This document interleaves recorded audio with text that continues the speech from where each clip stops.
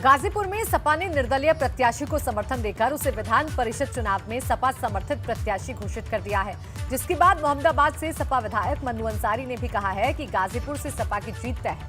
आपको बता दें कि सपा के एमएलसी प्रत्याशी का पर्चा वापस लेने के बाद पार्टी ने निर्दलीय उम्मीदवार मदन यादव को समर्थन दिया है, जिसका मुकाबला भाजपा के विशाल सिंह चंचल से हो रहा है।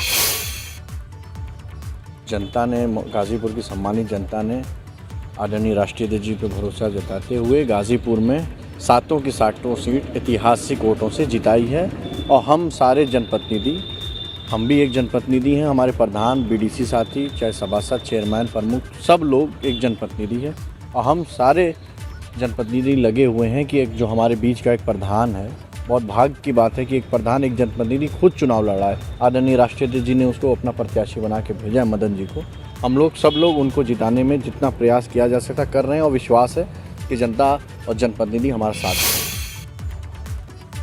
इस बार बस्ती मंडल में बीजेपी के लिए एमएलसी का चुनाव अब किसी चुनौती से कम नहीं लग रहा, क्योंकि बस्ती जिले की 5 सीट में से 4 पर सपा के विधायक चुने गए हैं और महज 1 सीट पर बीजेपी के अजय सिंह हरैया विधानसभा सीट से विधायक बने हैं। 4 विधायक बीजेपी पर भारी पड़ सकते हैं। वोटर्स को लुभाने में कहीं बीजेपी पीछे ना रह जाए, तो आज बीजेपी के सांसद हरीश द्विवेदी और राष्ट्रीय मंत्री ने पत्रकारों से बात करते हुए सरकार की उपलब्धियां गिनाई और वोटर्स को ये भरोसा दिलाया कि बीजेपी की सरकार में विकास के तमाम काम हो रहे हैं। इसीलिए बीजेपी के उम्मीदवार को जिताना जनता के हित में होगा। विधान परिषद में हमारा आज की तारीख में भी बहुमत ना होने के कारण कभी कभी अड़चने आती हैं, तो आने वाले समय में हमको बहुमत मिलेगा तो अड़चनें भी दूर होंगी। हम कभी भी क्षेत्र पंचायत, ग्राम पंचायत, जिला पंचायत के बारे में कोई कानून बनाना चाहेंगे, उनको और अधिकार देना चाहेंगे तो उसको आसानी से पास किया जा सकता है। और विधान परिषद का चुनाव अगर बस्ती में हम जीतेंगे।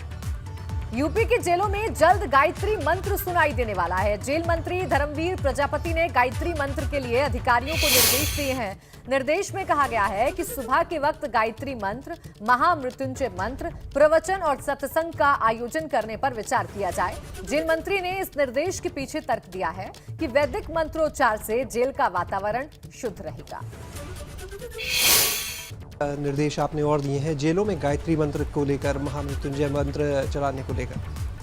इसके पीछे मेरा एक रहस्य है कि जहाँ भी कथा भागवत होती हैं और हम लोग, बहुत से लोग सनातन धर्म के मानने वाले हैं, पूरे भारतवर्ष के लोग तीर्थों में जाते हैं, इसलिए जाते हैं कि वहाँ का वातावरण में और पहुँचने के बाद, तीर्थों में जाने के बाद, या जहाँ मंत्रों का उच्चारण होता है, जहाँ संत महात्मा अपने जप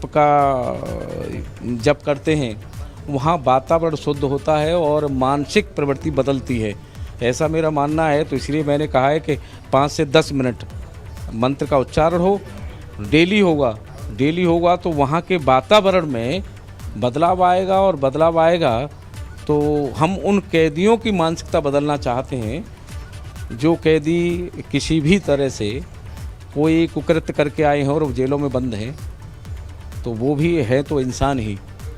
हमारी सहानुभूति उनके साथ है कि वो उनकी मानसिक मनोदशा बदले और बदलने के बाद में वो भी आगे अपने परिवार के साथ जीवन जिए। एक आखिरी सवाल सर, योगा को लेकर भी कुछ निर्देश? हाँ, 21 जून में हमने कहा है कि सभी जेलों में योगा की प्रक्रिया हो। कैमरा सहयोगी वीरेंद्र के साथ शैलेश अरोरा, एबीपी गंगा।